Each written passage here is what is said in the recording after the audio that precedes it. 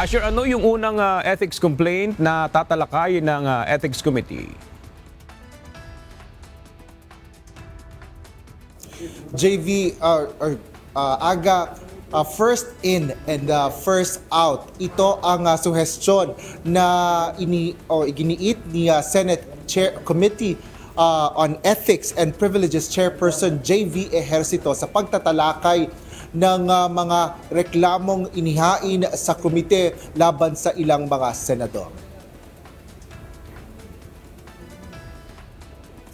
Formal lang binuksan at isinagawa ang organizational meeting ng Senate Committee on Ethics and Privileges ngayong araw sa pangangasiwa ni Senador JV Ejercito. Ito ay sa gitna ng nasa 6 na ethics complaints laban sa ilang senador na nagsimulang ihain noon pang nakaraang taon at ilang buwan nang nakabinbin sa komite. Muli namang ipinaliwanag ni Senador JV na ang dahilan ng antala ay bunsod ng pagkakahalal sa kanya bilang chairperson ng Ethics Committee noon lamang Oktubre ng 2025 bago mag-adjourn ang sesyon ng Senado. Kasunod dito ang pagtutok ng mga senador sa budget hearings at bicameral conference committee meeting hanggang sa abuti na sila ng adjournment ng sesyon. Gayunman, nagpahayag si Ejercito ng pagtanggap sa hamon na pamumuno ng komite at patas na pagtatalakay ng mga reklamo laban sa mga kapwa senador. Our Constitution has given the legislature the power and obligation to discipline its own ranks. We live by the principle that a public office is a public trust.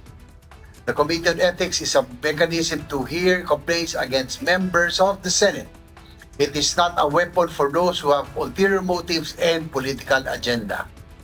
I assure everyone here and our people that the committee will be fair and impartial. There will be no stones left unturned, but in the process, we will see to it that all rights will be protected. Binigyan din ni Senador Christopher Lawrence Bongo na ang desisyon ng komite ay dapat lagi nakabatay sa mga fact o katotohanan at mga ebidensya at mga alituntunin. Dapat anyang tanggalin ang partisanship o pagkakampihan, gayon din ang mga personal na konsiderasyon at dapat na transparent ang mga aksyon ng komite. The Committee on Ethics plays a crucial role in this August chamber. It is tasked with ensuring that integrity and credibility of the Senate as an institution. Kaya andito po ako para sumuporta sa committee. As we organize and convene this committee, we must always be guided by the principles of due process and fairness. Dapat po pantay-pantay po ang trato dito ng lahat. Hindi dapat mahaluan ng politika ang trabaho natin as sa committee ito.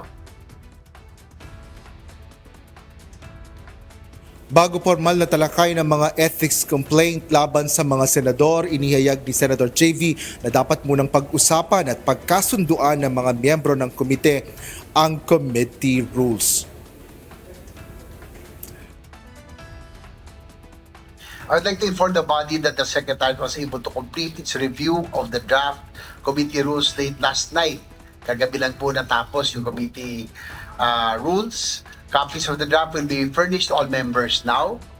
Since you are only receiving the draft at this time, I respectfully request that each member carefully review the same and submit their comments and additional inputs, if any, to the committee. Your guidance and participation in refining these rules are both valued and essential.